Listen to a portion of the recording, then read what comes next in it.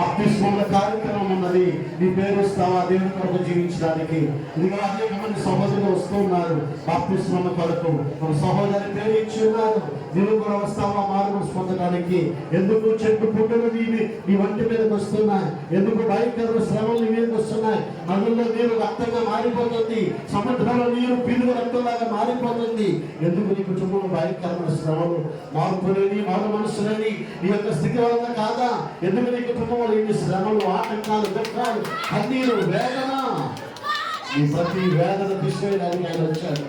నీ కన్నీరు తొడవడానికి ఆయన వచ్చాడు. ఆయన చూస్తున్నాడు. ప్రార్థన చేయలేదు కూడా. ఇప్పుడు వరకు నువ్వు నిర్లక్ష్యంగా ఉన్నావేమో, అవినేతర ఒప్పుకో ప్రభువా. ఇప్పుడు వరకు నేను అంత తైతనంగానే సరిగ్గా కలిపాను నాయన. అవిధేయతగా ఉన్నాను ప్రభువా, నిర్లక్ష్యంగా ఉన్నాను ప్రభువా, వాక్యము వినలేని స్థితిలో ఉన్నాను నాయన. ప్రభువా నన్ను క్షమించవా. ఇదిగో ప్రకటన గ్రంథంలో చెప్పబడిన ప్రతి శ్రమ నా కుటుంబం మీద రాకూడదు నాయనా. రానున్న దినాలు నా కుటుంబానికి, సంఘానికి, గ్రామానికి మేలుకరంగా ఉండాలి ప్రభు. ఎన్నోసార్లు మేము మాటలు తప్పిపోయామయ్యా, ఎన్నోసార్లు తప్పాసలాడాం ప్రభు. ఎంతో అవమానంగా జీవించాను ఆయన. వెలిగించబడిన మీదట మరలా మేము తప్పిపోయిన వారిగా ఉన్నాము నాయన. మారు మనసు పొంది కూడా మేము తప్పిపోయాము ప్రభువా. మమ్మల్ని క్షమించవా, మమ్మల్ని క్షమించవా అని ప్రార్థన చేయగలుగుతారా?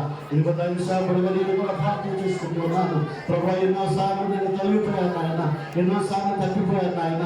ఎంత శ్రేష్టమైన పరిచయం, ఎంత శ్రేష్టమైన నేను పరిచయం నాకు అప్పగించిన ఆయన. కొద్దిపాటి ఆవేశాలు, కొద్దిపాటి దుర్భాషలను మాట్లాడదు ప్రభు.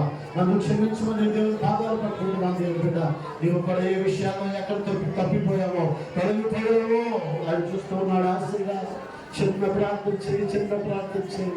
ప్రభావం క్షమించు ఆయన. చిన్న ప్రార్థన చేస్తాడు. ఏ ఒక్కరు నశించబడాలని చిత్తం కాదమ్మా. అందరూ అంతటా మారు మనసు పొందాలి. ఇదిగో భావన కలిగి దైవ సేవకులుగా మేము ఉన్నాము. ఆ రోజున అభిషేకించబడిన స్థితిలోనే ఇదిగో చావుకు సిద్ధపడిన వారిగా దేవుడు పరిచర్యకు వచ్చాము. ఆ పరిచర్యలో భాగంగా దేవుడు మాకు ఇచ్చిన అనుభవాలను మీతో పంచుకుంటూ ఉన్నాము. మేము కూడా పంచుకుంటావా?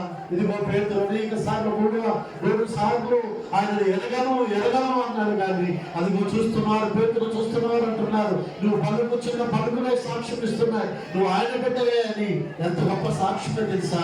పేతురు పలికినట్లుగా మనకు కనబడుతున్నది. కానీ ఇదిగో పేతురు గొప్ప సాక్షిగా అక్కడ నిలబడ్డాడు. నువ్వు కూడా ఉంటావా సాక్షిగా దేవుని కొరకు? ప్రార్థన చేద్దాం. ప్రతి ఒక్కరు కూడా దేవుని స్తోత్రం, స్తోత్రం. మహాపరిశుద్ధుడు, ప్రేమ తండ్రి, ఈ పరిశుద్ధమైన నామమును కైస్తుంది స్తోత్రాలు, వందనాలు ప్రభు. ఆ నూతన దినమనిగా స్తుతించే గొప్ప భాగ్యం ఇచ్చారయ్యా. అనేక దినాలుగా ప్రభు మేము సంఘానికి కొనుచున్న శ్రమలను బట్టి, ఆయన సంఘానికి కోల్పోయిన క్షేమాలను బట్టి ప్రభు మా నోటి మాటలను కాపాడుకోలేకపోయాం నాయన. మా ఆలోచనలు కాపాడుకోలేకపోయాం ప్రభు. ఆయన తొట్టిన స్థితిలో మేము ఉన్నాము నాయన.